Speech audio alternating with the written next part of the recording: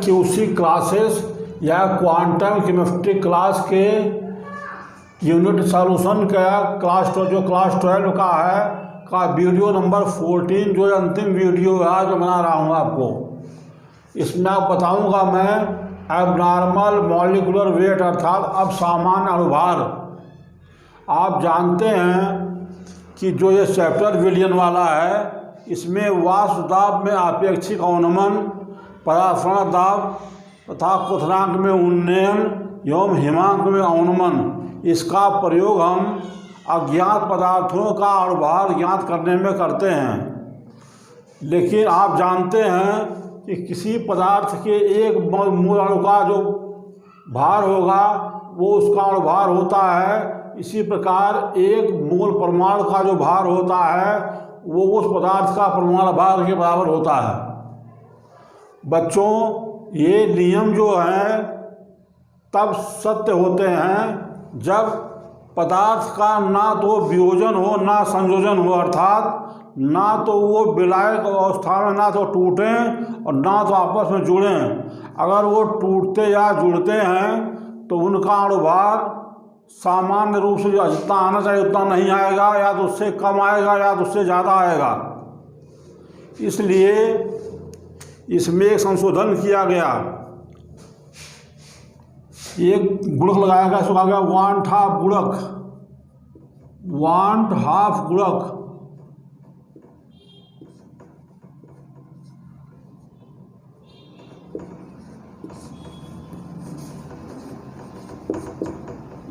Want hopes factor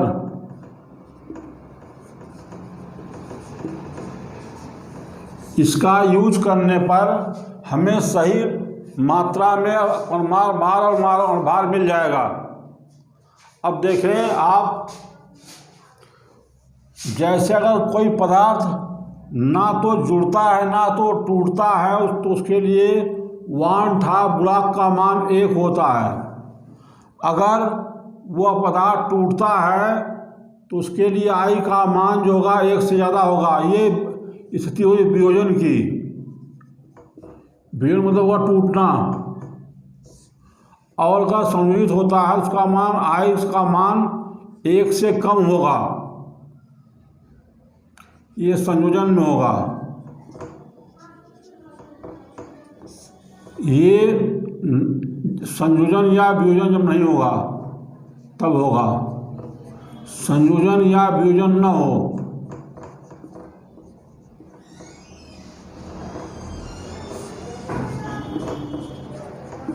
ऐसी स्थिति में आई का मान 1 होगा। जब वियोजन होगा तो आई का मान 1 से ज़्यादा होगा, और जब संशोधन होगा तो आई का मान 1 से कम होगा। अब मैं आपको समझा रहा हूँ ऐसा क्यों होता है। देखिए, जो सोडियम क्लोराइड है वैद्युत अपघट्य है, अर्थात जब इसको हम जल में घोलेंगे तो सोडियम आयन बनेगा और क्लोरीन आयन बनेगा। तो ये 2 भागों में टूट गया।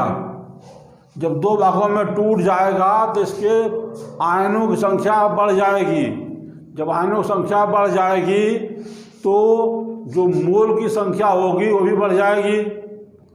तो जो मोल होंगे वो उनके परमाणु उनके आयन हल्के होंगे, और जब हल्के होंगे जो हमको अणुभार मिलेगा वो उनका सामान्य अणुभार नहीं मिलेगा। उनके सामान्य अणुभार से उनका अणुभार कम मिलेगा। इसीलिए जब वियोजन होता है तो आई बराबर होता है, ये होता है वास्तविक परमाणु भार,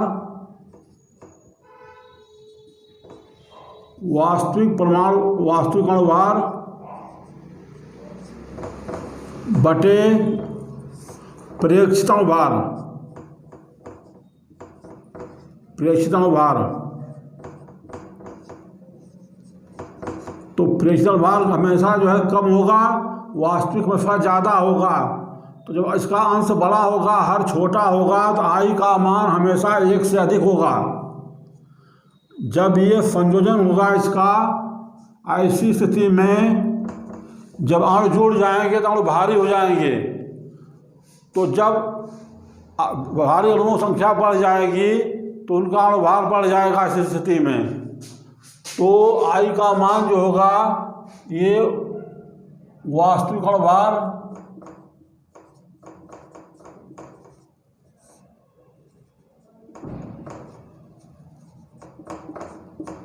बटे प्रेक्षित अणुभार,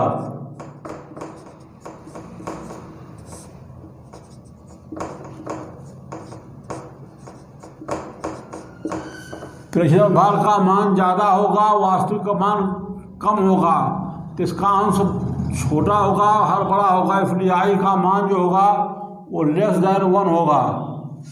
I का मान 1 से कम हो जाएगा। अब इसको मैं समझा रहा हूँ दूसरे तरीके से आपको। तो सोडियम क्लोराइड हुआ, ये टूटेगा, यानी पॉजिटिव प्लस Cl नेगेटिव में। पहले इसके एक अणु थे, जब टूटा नहीं था तो इसके शून्य थे, इसके शून्य थे।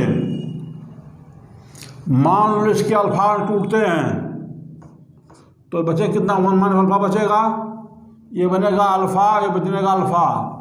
ये अल्फा अल्फा क्यों बनेगा, मैं आपको बता रहा हूँ। जैसे आपके पास एक सेट पैंट शर्ट है और जब आप एक सेट पैंट शर्ट खोलेंगे तो उसमें एक पैंट निकलेगा, एक शर्ट निकलेगा। अगर 2 सेट खोलेंगे तो 2 पैंट निकलेगा, 2 शर्ट निकलेगा उसके अंदर से। इसी प्रकार से अगर सोडियम क्लोराइड के अल्फा अणु टूटते हैं तो अल्फा धरायण मिलेंगे, अल्फा ऋणायन मिलेंगे। तो साम्यावस्था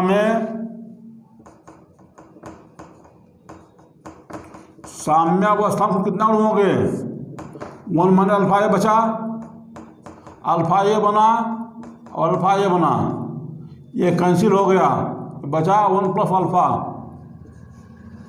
अब I का मान जो होगा प्रेक्षित कणों की संख्या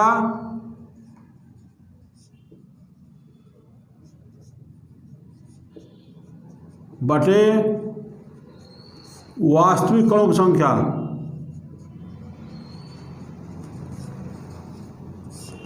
वास्तविक कणों की संख्या।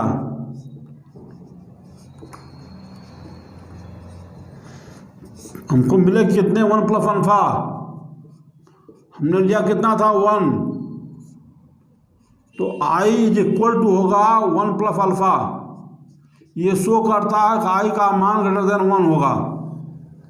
इसने शो किया I का मान 1 से ज़्यादा हुआ।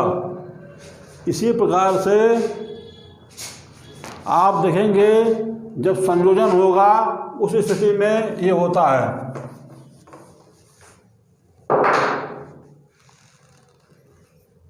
देखिए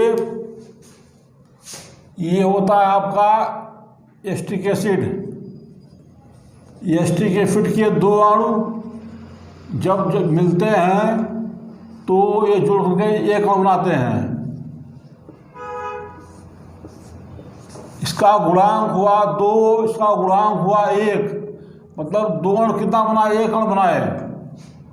मान लो इसके अणु 1 हैं तो शुरू में इसके 0 होंगे। अगर ये अल्फा इसके टूटते हैं तो ये बनेगा अल्फा बाई 2 बनेगा, क्योंकि 2 अणु जब जुड़ते हैं कितना बनता है, 1 अणु। अगर अल्फा अणु जुड़ेंगे तो कितना बनेगा, अल्फा बाई 2 बनेगा। तो साम्यावस्था में अणु कितने होंगे, साम्यावस्था में 1 minus alpha plus alpha by 2, ये बराबर होगा 1 माइनस अल्फा बाई 2। अब I का मान होगा प्रेक्षित कणों की संख्या 1 माइनस अल्फा बाई 2 अपान सामान्य कणों की संख्या 1। तो I इज इक्वल टू होगा 1 माइनस अल्फा बाई 2। ये शो करता I लेस देन 1। तो प्रश्न ये उठा कि अगर पदार्थ का संयोजन या वियोजन हो रहा है तो पदार्थों का वास्तविक अणुभार हम कैसे निकालेंगे। उसके लिए फार्मूले में एक संशोधन किया गया। संशोधन ये हुआ कि जैसे आपने लिखा कि राउल्ट के नियम में लिखा कि P minus P S upon P is equal to N upon capital N। तो इसको हमने संशोधन किया, आई लिख दिया, आई। अब ये फार्मूला हो गया P minus P S one P equal to I into small N upon capital N. अगर आई का मान 1 होगा तो यहाँ 1 रख देंगे, अगर आई का मान 1 से कम होगा तो कम रखा जाएगा, अगर ज़्यादा होगा ज़्यादा रखा जाएगा। ऐसी स्थिति में पदार्थ का वास्तविक भार हमको मिल जाएगा। इसी प्रकार परासरण दाब में पाई इक्वल टू जो CRT था, इसमें हमने जोड़ दिया pi equal to ICRT। I1 था गुणक है, और तीसरा फार्मूला था delta TB equal to KB into small m। इसमें संशोधन हुआ delta TB equal to I into KB into m। I1 था गुणक है। इसी प्रकार हिमांक अवनमन में डेल्टा TF इक्वल टू होगा IKF इंटू m। तो I का जब मान हम रख देंगे तो जो हमको अणुभार सामान्य से कम या अधिक मिल रहा है वो हमको वास्तविक रूप से मिलने लगेगा। इसलिए इस वांठा गुणक का प्रयोग हुआ। आपकी बोर्ड परीक्षा में हो जाता है कि आई का मान अगर वियोजन होता है तो आई का मान 1 से कम होगा, 1 से ज़्यादा होगा या 1 के बराबर होगा, तो आप उसका आंसर होगा कि आई का मान 1 से अधिक होगा। अगर संयोजन या वियोजन नहीं होता है तो आई का मान केवल 1 होता है। सामान्यतया जो कार्बनिक यौगिक होते हैं, जैसे आपका ग्लूकोज हुआ, यूरिया हुआ, फिनॉल हुआ, ये सब जब पानी में घोले जाते हैं तो इनका मान हमेशा आई का मान 1 ही होता है। तो जिनका संयोजन या वियोजन नहीं होगा उनका मान 1 होगा, जिनका वियोजन होगा उनके लिए आई का मान 1 से ज़्यादा होगा, और जिनका संयोजन होगा उनके लिए आई का मान 1 से कम होगा। ये बहुत ही इम्पोर्टेंट टॉपिक है, तो ऑब्जेक्टिव भी आएंगे और न्यूमेरिकल भी आएंगे। आज मैं आशा करता हूँ कि आप लोगों को ये वीडियो समझ में आया होगा और आप इसको अच्छे से 1-2 बार देखिए और समझिए। कोई प्रॉब्लम होती तो कोई नहीं कीजिए मुझसे। मैं आप लोगों को एडवाइस करता हूँ कि आप इसको लाइक कीजिए, सब्सक्राइब कीजिए, जिससे और लोगों को इसको लाभ मिले। मैं आपके मंगल में भविष्य की कामना करता हूँ कि आप बोर्ड में अच्छे अंकों से पास हों। थैंक यू बेटे।